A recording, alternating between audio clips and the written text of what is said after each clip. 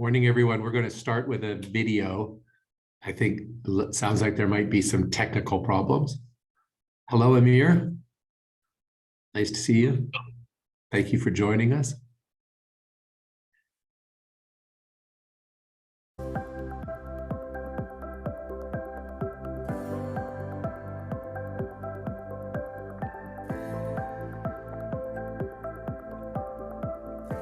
I'm implementing the program of my research in real time. I really wanted to talk about the emotional connection of love that we often have to our community. This local area plan tool can provide a bridge to that understanding. The places that have done this very successfully show the return and the value that's placed in their community. The cohort being brought together with such a diverse group of practitioners provides such a value in a way that is not something that I had anticipated. I'm so amazed right now, sitting here, how little innovation has gone into the process of aging. And the more I dig into it, it's at the very least a complex problem. What if we more purposefully and more warmly and widely engage elders into this innovation ecosystem? The medium that we're designing is actually alive. To spend hours researching bad ecology, native plant assemblages, dimensions of time to optimize food production and the ability of the plant to swoop in and get its food, make that really strong connection between ecology and design. Re-examining our relationship to nature as designers, to support natural systems, to let nature guide us. My bold ambition is to create a new environment that fosters innovative typologies in housing design. I want to illustrate that people are more adaptable to change than they believe they are. I've really been interested in the disconnect between mass housing and architecture. Also, is it possible within this environment to define an urban architectural design toolkit that can address bespoke solutions and yet remain affordable and not become formulaic? My entire life, I've always been connected with the land. The tradition of landscape architecture shows a link between it and public health. In my practice, I'm involved in a wide range of project types, but those in which get me the most excited are related to public health and well-being. What am I missing? Why is this ground so shaky? Is it even relevant anymore? With a ground that's inherently fragile, broken, how do we heal it? I think that's my question, is creating a vocabulary, a space, a process which allows for that healing and which allows for it to be foregrounded in the practice. And what would that vocabulary look like? What we'd really like to see come out of our own work is a case study for others to be able to look at their practice. I want to challenge the dogma of architecture. This reminded me that I needed to be more careful in the way that I was making decisions about the business, about the practice, about charting my own course through it. We're trying to design our own design process and design our own future as designers.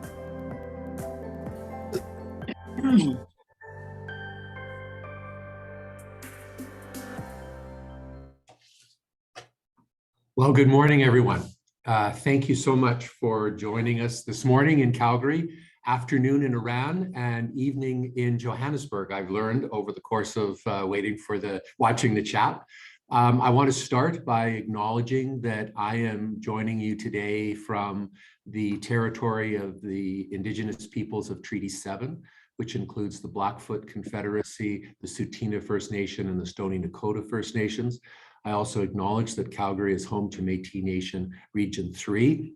And as I look outside, and spring is struggling to emerge in this Western Canadian day. It's -7, but it's going to go up to +3 Celsius. I'm reminded of how amazing this landscape is that we are privileged to live in, and how the Indigenous peoples of this land have stewarded that landscape for many thousands of years.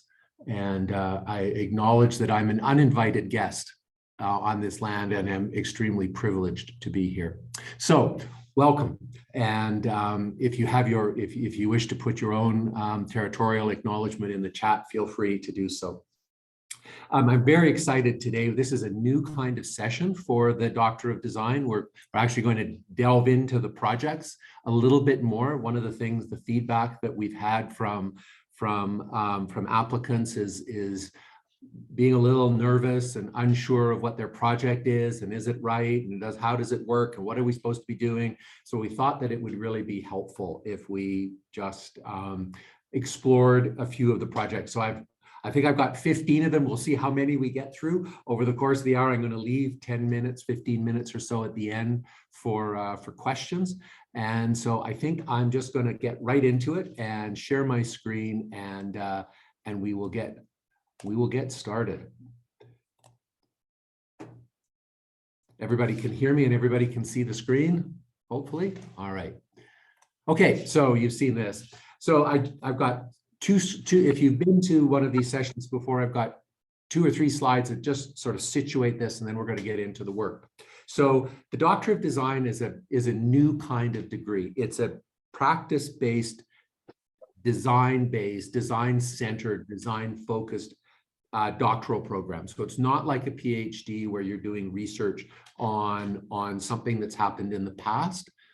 This is about looking forward and speculating about what the world could be, and what can you do in your career to help make that happen.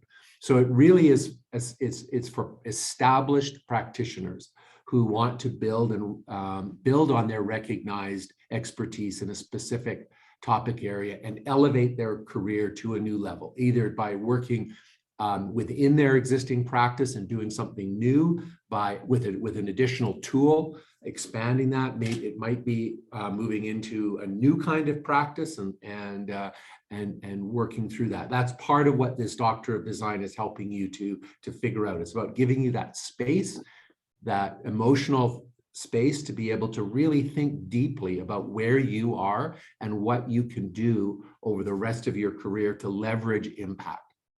So it's very much applied. It's intended to be impactful and relevant.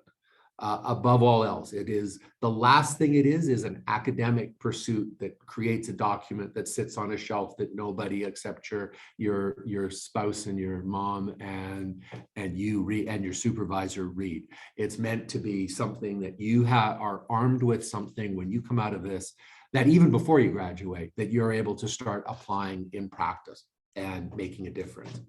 And so it's really about developing an innovation of things or an innovation of ways. And really the innovation of ways is, I think, where most people are just about everybody is taking this, developing a toolkit, developing a framework, developing a model, developing a strategy that then they are able to implement. And that the notion of those innovations is to disrupt the way in which conventional practice is happening, to disrupt that status quo, to amplify your career and make the world better. And we do that within the program, not by teaching you something you don't know, because you already know everything. You are the experts in your own particular area of your career.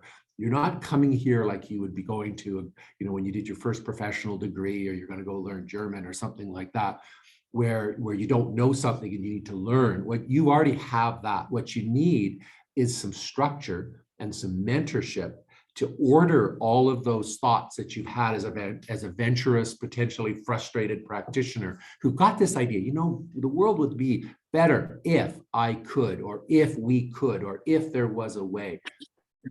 That's what we're able to do. And a key part of that is the collegiality of the space that the Doctor of Design affords that enables you to work together. So yes, you have a supervisor. You also, in the first year, you meet with myself and another instructor every week for 2 hours. as a class, and we use the design studio model of workshopping and studio reviews and crits, where every week we go through a series of exercises that helps you to explore this idea, define really what is the problem that you're interested in, developing a proposal of what you're going to be able to do over this 3-year period to be able to come up with a framework, what we call the creative project, that you'll then be able to test and then implement.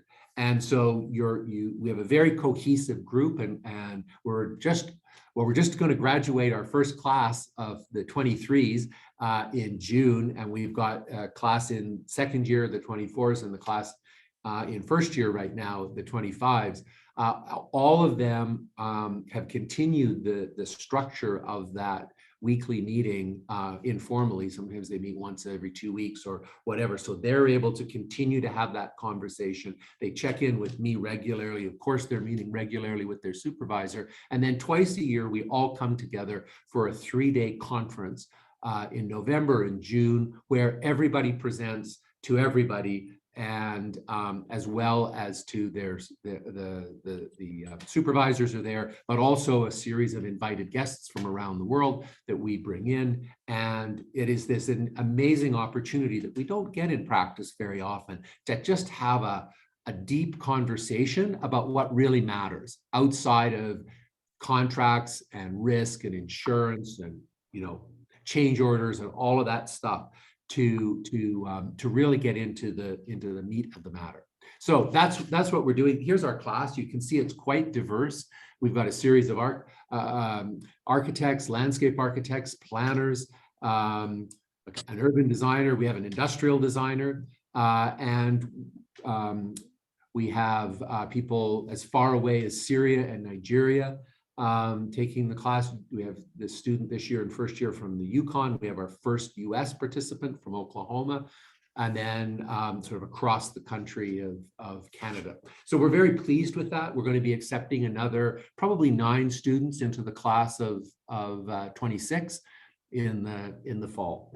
So let's get into the work. And what I thought I would do is introduce the person, try and describe what it was that they came in with, their passion and their frustration, and then they have everyone has prepared a one slide summary of their work, and I can talk about that. So I'm hoping that that's a way that you can start to see see how this process works. So Teresa, she's now moved on, but she was a senior planner at the City of Calgary. She's now doing planning for the federal government. City planner, responsible for implementing densification of established communities in Calgary, which, if you're outside of Calgary, Calgary is a car-oriented 20th century city, huge footprint, lots of new suburban development.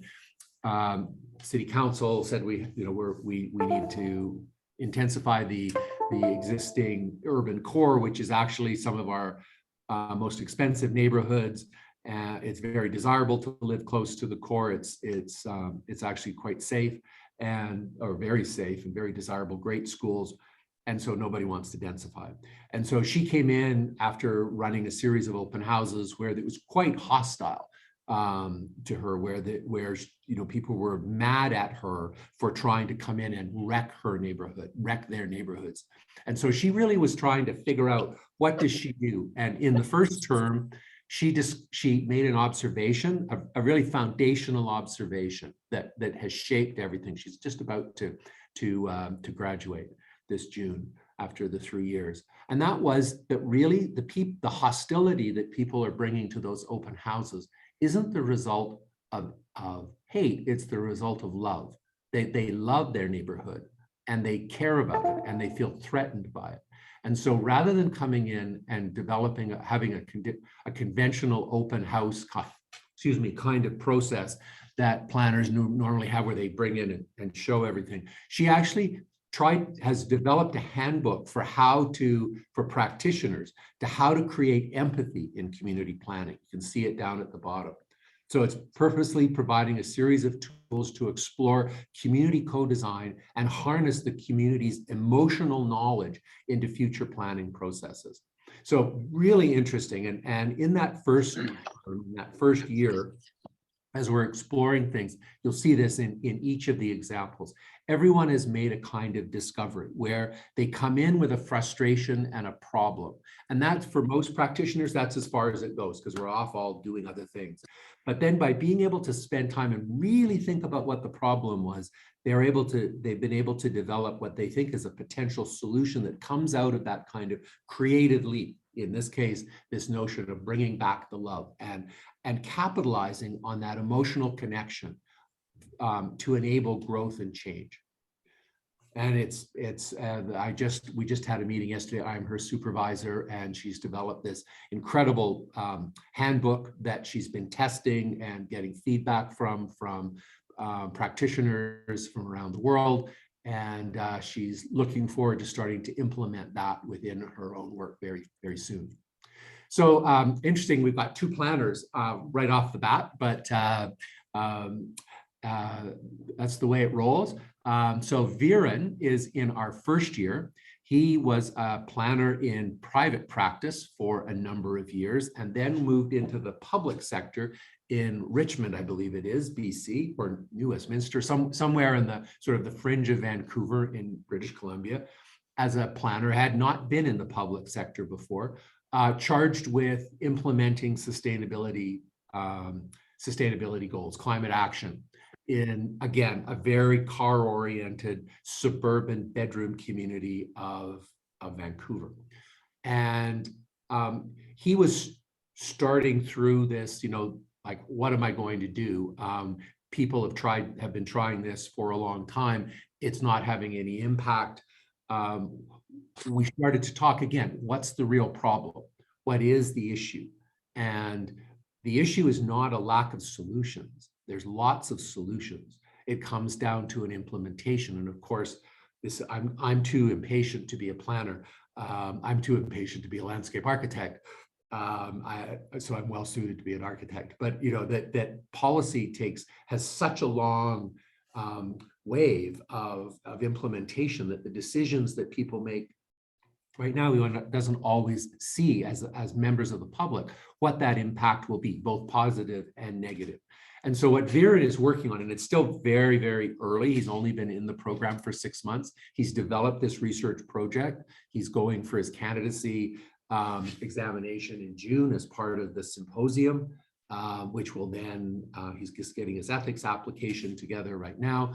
He'll then embark on this. What he is developing, what he wants to do is actually it's about visualizing the impact of planning decisions, community decisions on climate action and quality of life. And he takes it from the point, he's determined that he needs to think about this in an optimistic way. We're all being browbeaten and as a result kind of get a little deaf to the impact to what's going on with climate action. Panicky, scared, but that doesn't necessarily lead to action. And so he wants to think about it in a more optimistic way. And right now, what he's developing is the framework to develop a gamified app where members of the public can come in and, by moving several gears around in terms of transportation planning, land use, water management, all of those kinds of large-scale community planning gears, can see very quickly, almost like some of those, I can't remember, Minecraft and those sorts of things, see what the implications are from a climate action and quality of life point of view for the community. And so he's not actually going to be developing the app. I mean, that's obviously would be a large task that would be on the scope of a Doctor of Design. But what he's developing is the business model, the framework for that, so that when he's finished, he's going to be able to go out and either find a partner or investors, or do something that enables that. He doesn't want to lead the world of planning, so he probably will find a way. I think he'll find a way of just being able to enact this and have this created for him to be able to go out. So you see at the last sentence, the research is to develop a tool to engage and empower people, create awareness, and inspire climate action. Okay, so Chika is from Nigeria. She is an architect. She works in the public sector, and she's interested in the informal economy. So she's working for the municipal, I think it's a state level government in that government, and has concerned about the informal economy.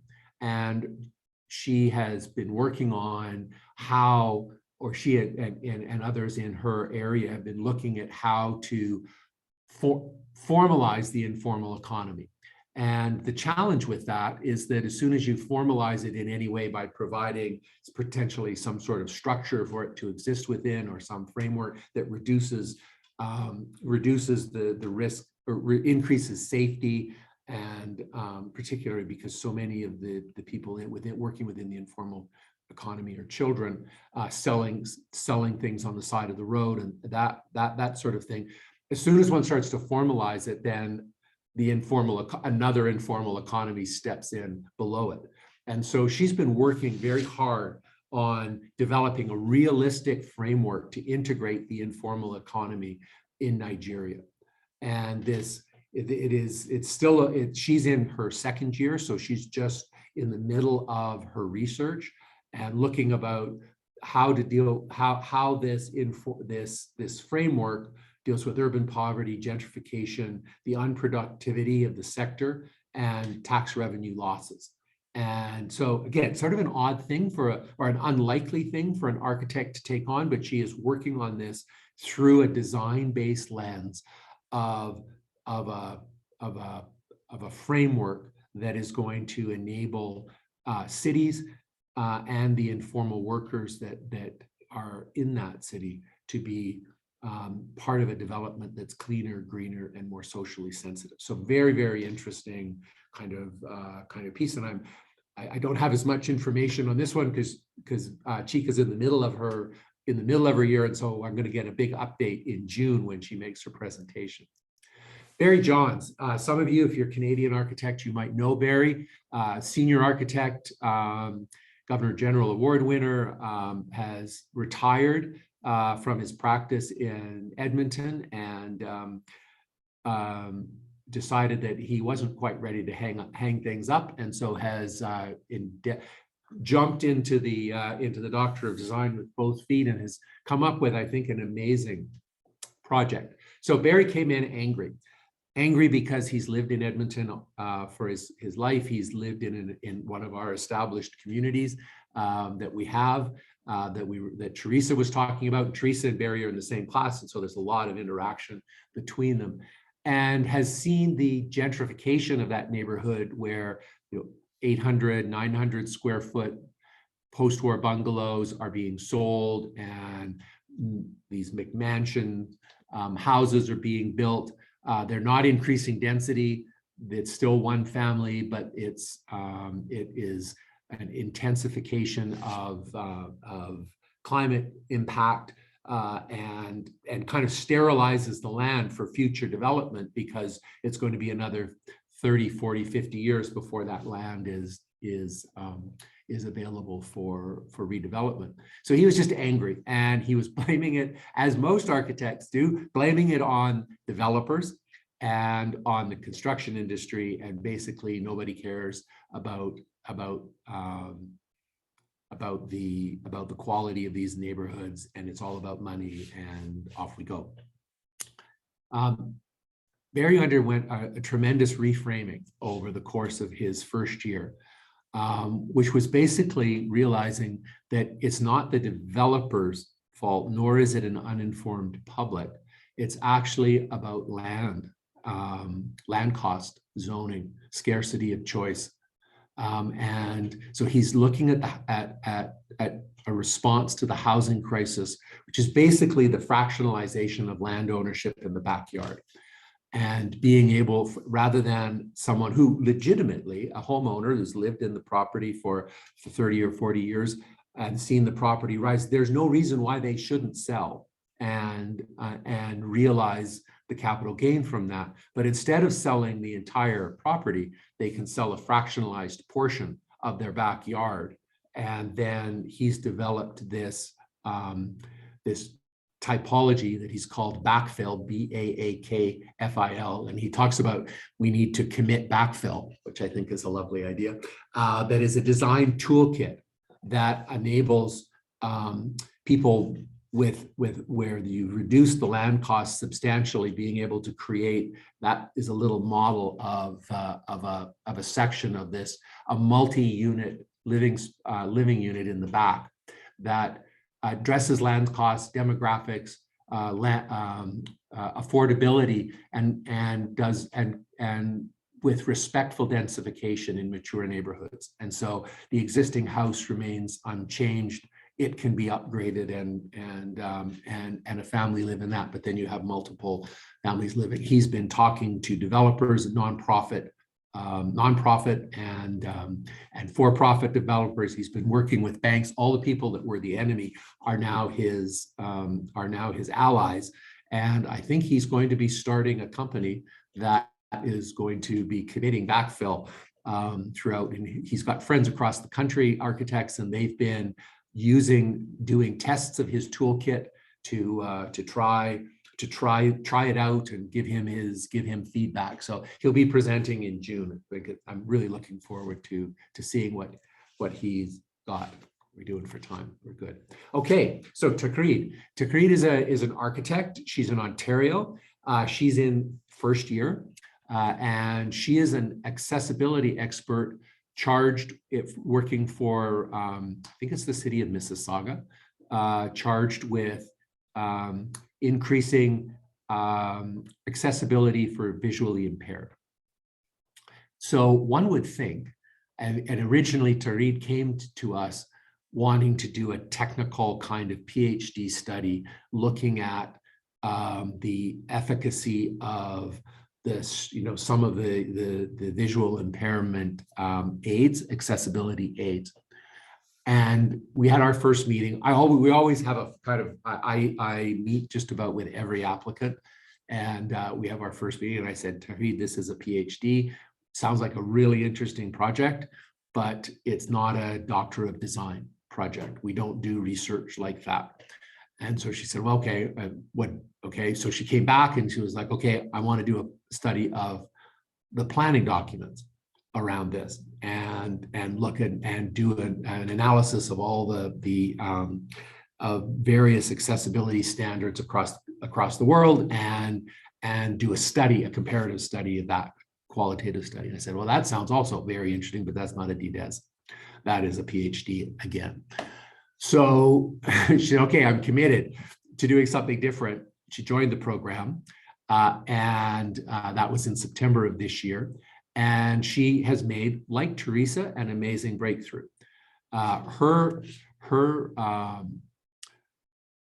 insight was to almost like, she describes it as a kind of martial arts move. Think of, I don't know, but I've heard sort of the karate judo thing is that you use the energy. You don't try and push against your opponent. You use the energy of your opponent and redirect it. And so, one of the things that she was going through her analysis in the fall was that accessibility standards, you're kind of just like hitting all of these rocks. It's like a river where you're just coming up against, the river is trying to flow and there are just these rocks, and it's either a public that doesn't want that doesn't acknowledge that it's important, developers and the public sector that don't want to spend the money. You then have to put in laws, and the laws force people to do things, and they do it to the minimum standard, and it never actually goes anywhere. And it's always just trying to batter through these big boulders in the middle of the river. And her idea is, well, why don't rivers just go around rocks? And they actually accelerate as they go around. And she decided to not make it, to transfer the idea from it being about accessibility to being about inclusion. Now, of course, we know with EDIA, accessibility is a component of that. But if we reframe that as inclusion and start to develop a framework where you look at accessibility from a justice, equity, diversity, and inclusion lens, the JADIA criteria, it reframes the question. And given the sort of cultural moment or breakthroughs that have happened since Black Lives Matter and particularly in Canada around indigeneity and truth and reconciliation, the notion of talking about it as a social justice issue and not as a physical issue around specific accessibility types of strategies reframes this. So I think it's again early days. We'll see where this goes, but I'm super excited about what Tahrid is doing, and it's very much now she's doing a DDES, right? She's in she had a creative insight, and she's now developing this toolkit that she sees as something that she can apply to her city, but also it becomes something that she's able to then give to other cities. We've also talked, it might be possible in this situation and with others to say, well, you know, I've developed this toolkit. I could actually become a consultant for and work with multiple jurisdictions around something like that. That's not really what Tahrid is thinking about, but it's certainly one of the things that is an option as these projects develop and the students start to think about what is the best way for their career to develop as a result of doing this. One of the great things about doing a Doctor of Design is that you've had this opportunity to think deeply about something for 3 years and to put together a document at the end of that. You are an expert and you have a credential at the end of it. You have a doctor in front of your name, a DDES after your name, that says, I am an expert in this. And the legitimacy that comes out of that is quite powerful. I know for myself, I did a late stage 10 years ago, PhD by practice in Australia, which is basically a Doctor of Design, and in aging in place housing. And it's interesting how having that credential and being able to talk very clearly and succinctly about what it is you're doing elevates you out of the normal realm of practice and really elevates your ability to pursue change. Case in point, Troy Rhodes, our first American, is in Tahrid's class, first year. Troy runs a small architectural practice in Oklahoma, does a whole variety of things, building types, has done some university work, developing labs and those kinds of projects in small private universities, predominantly faith-based universities in the Southwest. And as things happen, he started to be asked to do master planning, and so he's now developed an arm of his practice that he's the principal that does master planning. And he came because he wanted to see how he could do more of that and how could he do that better. And he had an experience, you'll find out in a minute why that's important, but he had it with a project where he was asked to do a lab building for physics or chemistry or whatever. And so it's a kind of black box lab. And he proposed an atrium on one of the edges of the lab that would be just a kind of glass-filled student space, no program really, and didn't expect it to get to last through the value engineering, but surprisingly it did. There are lots of questions around why does a lab building need something like that.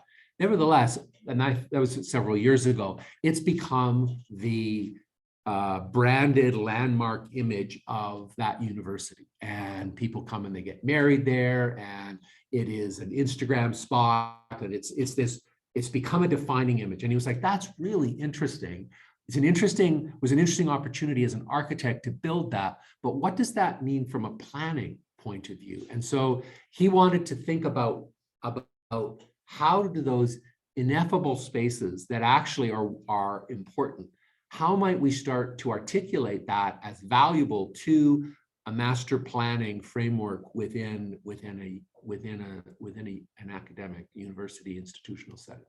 And so what he's working on is experience design and thinking about how do we consciously integrate experience design into the master planning process? Is it possible to master plan an experience, to think about, and looking at that diagram on the right was something that he was looking at, where, you know, small universities, private universities in you know, mid-sized towns are vying for students, both for recruitment and retainment.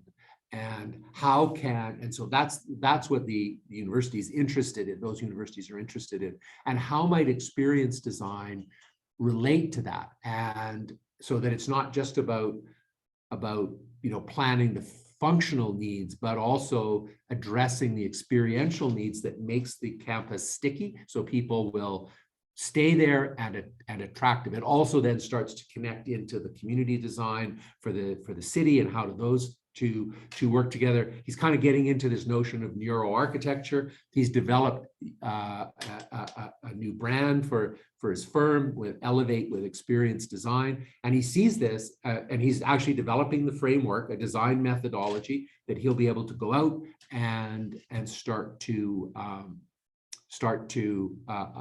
offer to his clients. And he sees this as a real boost and way to expand his practice. Jacqueline East, how am I doing for time? Okay, a couple more. Jacqueline East is a planner. She is on Vancouver Island, and she came because she has been doing, in her personal history, had been doing a significant amount of work with Indigenous peoples.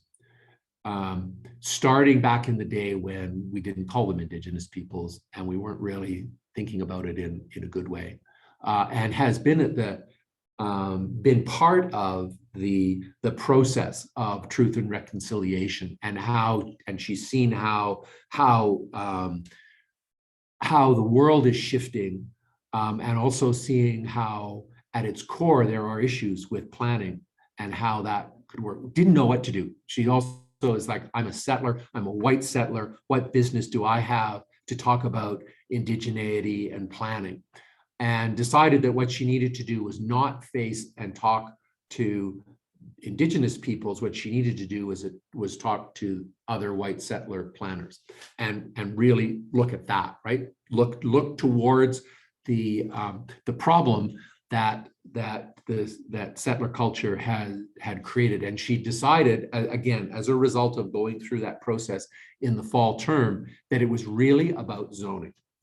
And Zoned Out is her framework, which will be a resource for planners to reflect on and assess how land use regulations, how their land use regulations align with the values of the communities they serve, and for diverse publics to engage in dialogue about inclusion and belonging.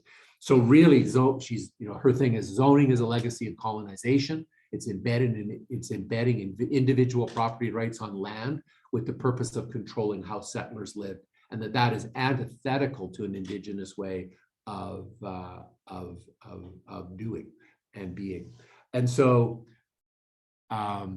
if this had been a PhD, that top paragraph would then have spawned a literature review and an academic study into how zoning is an arm of or an instrument of colonization.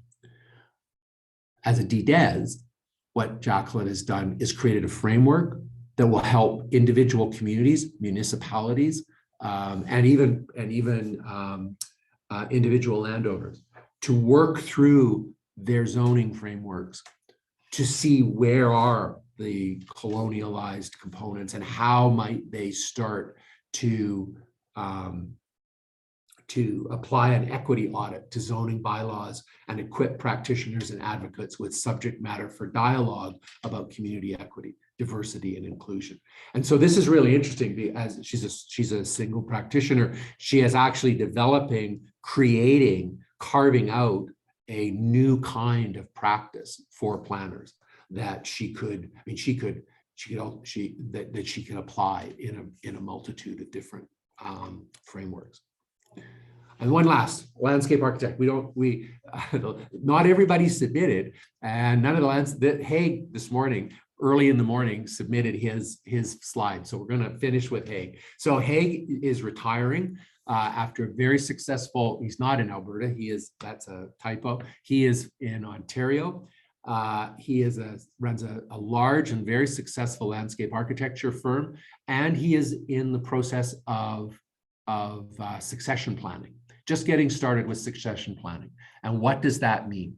And so that was the question. And when we talked, he was like, I don't know, John, I don't know what this means. I just know that succession planning has to be more than handing over the 21st century version of a Rolodex and the checkbook. It's more than just the book of work and an infrastructure of people and leases and equipment. And so he's gone through an enormous amount of introspection and work around all of this, and came with a breakthrough just recently, just in the last couple of weeks, about it really being about recruitment, retention, succession. And we need to think about recruitment, retention, succession as a continuous kind of piece, that it is essential that the knowledge that's acquired over the course of a landscape architect's career be passed on to the next generation to continue the growth and awareness of landscape architecture within the industry and to the public. So he's actually talking about the knowledge that's created, not just from the principle, but from all of the projects that have happened, all of that expertise. How does that move through? How is that both transferred to a new firm? And his I think the insight is that it's not about going and talking to the associates who really just want to get on with their own thing. It's about using it as an act of recruitment and using it as a very intentional way of being able to recruit and retain young talent. So the bottom is the research explores the development of a full cycle model to help small design firms excel in their practice once the principal retires. And early days, still not sure where that's going to go. We'll know by June when he has his candidacy. He'll have his research project. But I think it's a very interesting, again, this kind of, you'll see there's a pattern of how there's been this kind of jump, this switch from thinking about things one way, because that's just the way that we've been thinking about them, to then coming in, just like any other creative act, coming up with the sort of the party sketch, the idea, the concept that is a way of thinking. So I'm just going to go. Oh, yeah, that's too bad. Bahar is from Syria, looking at rivers as ecological cultural corridors. He's taking the Barda River in Damascus. We all know the horrible reality of Damascus and Syria, and looking at how you can think of the river in multiple ways, an intersectional approach that for ecological planning that allows for hearing the hidden voices and bringing them on board. I wish I could get into that. It's fascinating. Priyanka looking at multi-species design in Nepal with how in the Anthropocene, how can we create development that is not just about people?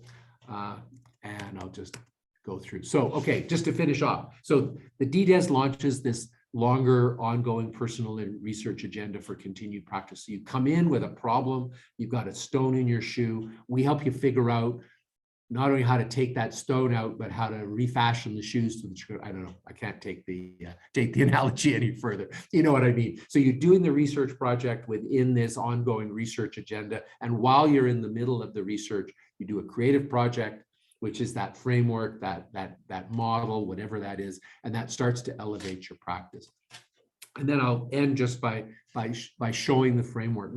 I think this is the key part of the process. Each of you has the deep knowledge in your area to do a doctoral program. You're ready to do that.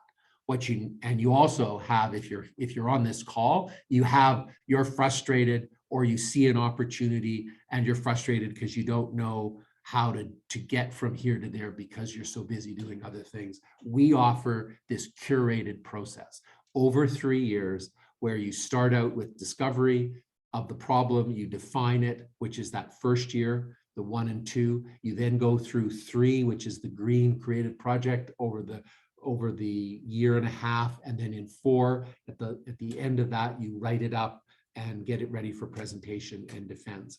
And so it really does take you through a series of 6 symposium, 3 key moments, the being admitted, candidacy, which is the second red dot, and then defense in the third.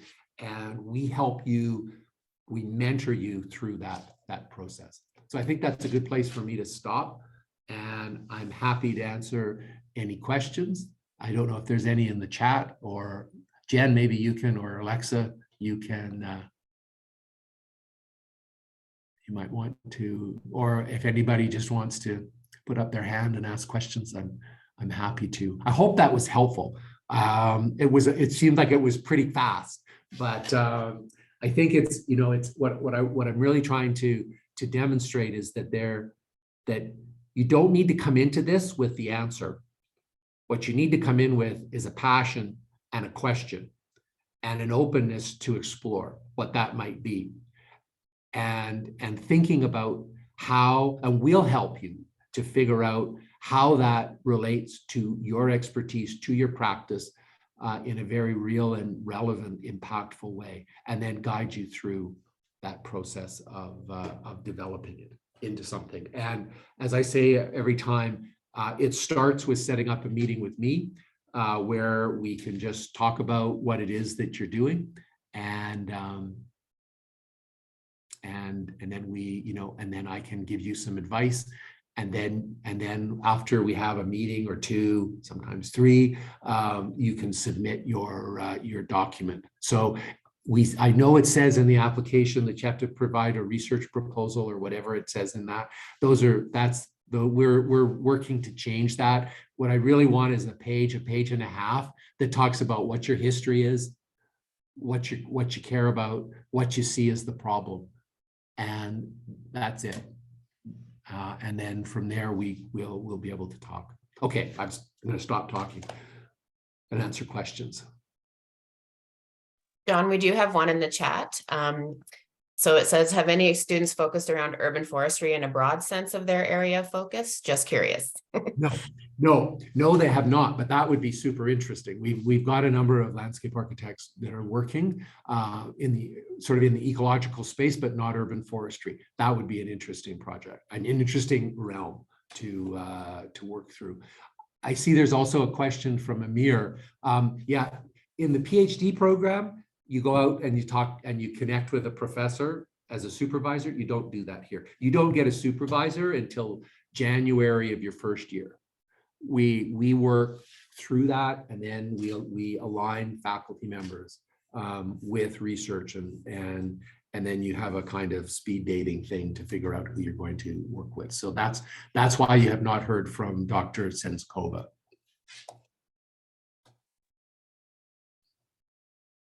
Dr. Brown, it's Jen Kolstad here. Hi. Hey. Hi. How are you? I'm great. Thank you very much. I do have some questions that are about the application process, not the least of which was that like horrible essay question you need us to write 2,000 words or something like this. I don't think I've written 50 words in the last 20 years. So that's a little intimidating, but we'll get through that. I hear you. The other bit is about advisors. You know, we spoke previously about, I guess, attaining like consent around potential advisors coming in. What's the difference between those folks and the assigned supervisors, and how buttoned up does that need to be? Sure. None of it has to be buttoned up to apply or to be accepted. We deal with all of that internally within the first year of the program. So I'll take a couple of minutes to describe the sort of the framework of mentorship and all of that. So in the first year, you work with myself and Greg Hart and Barry Weiland.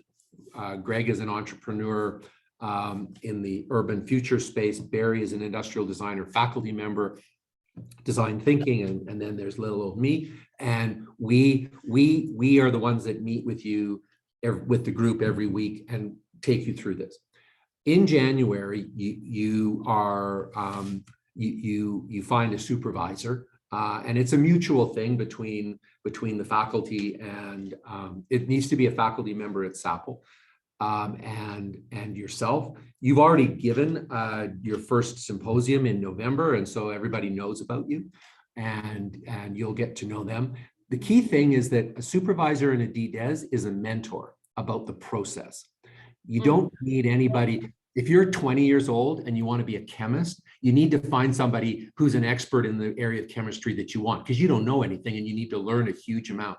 But you, all of you, are the experts in your own area. Nobody is better equipped to do the thesis and can teach you anything. There are things you can learn, obviously, but you do not need a supervisor to tell you what to do. What you need is a supervisor that can help guide you in this process, to ask you questions, to help you along that framework. That's really what we're doing. So it's actually much easier to find a supervisor than it would be, because you're also experienced.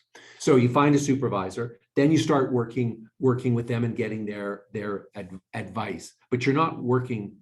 They're there to provide you with some mentorship.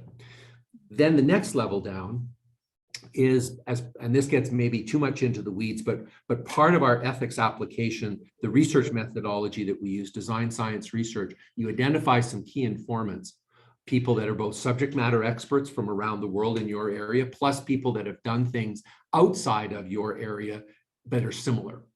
It might be the guy that invented Uber or something, right? Like some crazy thing that is out there. And you interview them because you've got your research project. You say, I'm doing this thing. Let's say it's on a framework for bringing back the love into planning. She has so Teresa has a group of 8 people that she speaks to. They gave her the sort of performance criteria. What would success mean for them in that? She then did her project. What she spent the last 2 months doing is taking her project back to them and showing it to them and getting their feedback, their critical feedback on what they thought was good, what was bad, what did she miss, what could she supplement. As everybody now that's just setting up to graduate has just gone through that process, and it's been incredibly valuable to get that objective, peer-reviewed feedback from experts from around the world that you saw a year and a half ago, and they gave you some advice on what to do, and now they're giving you their free feedback. And that reflection on that, commenting and saying, well, I agree with this person, I don't agree with this, never thought of that, this is really interesting. That reflection is the last chapter of your dissertation, where you then say, okay, I just learned all this stuff, this is what I think of that, and what I think of this whole experience I've been in, and this is what I will do to this model, or this is how all of this is going to frame the next step in my career.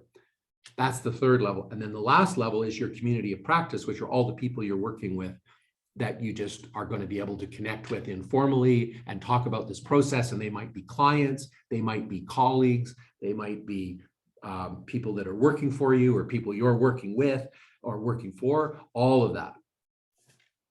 And and so those are all the levels. I hope that helped. Okay. Yep, great, thank you. Yeah. Amir, there is no funding for the Doctor of Design. John, we have another question about the length of program. So if it cannot be completed in 3 years, what are the implications? Yeah. Hey, Michael, I knew you were going to ask a question like that. So there's 2 things. If you need to take longer, not a problem. You just can take longer. We set it up because we're all busy professionals. We're also not spring chickens. We want to get this done so we have time to do it when we graduate, right?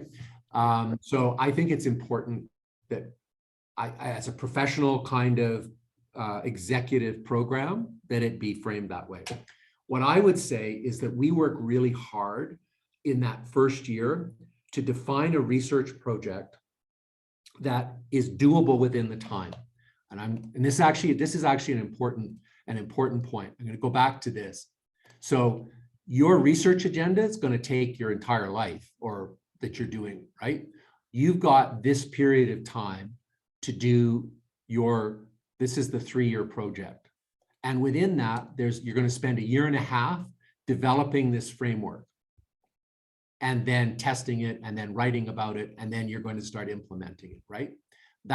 This is what is, and this is the piece that you have control over, and you have a lot of control over this. So what you're basically, from a project management point of view, is you define your creative project is something, what's the most critical thing that I can do first, and how do I frame it so that I can do that piece in 1.5 years?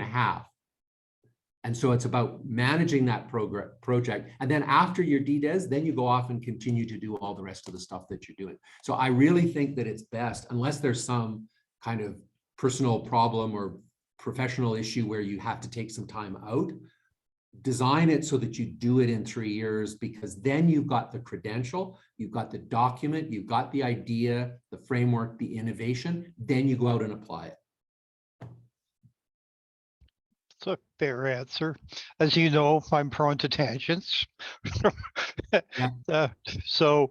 Yeah, I appreciate that as a good answer. I think we'll have to have a in-person discussion about what I'm looking for here regardless. So thanks.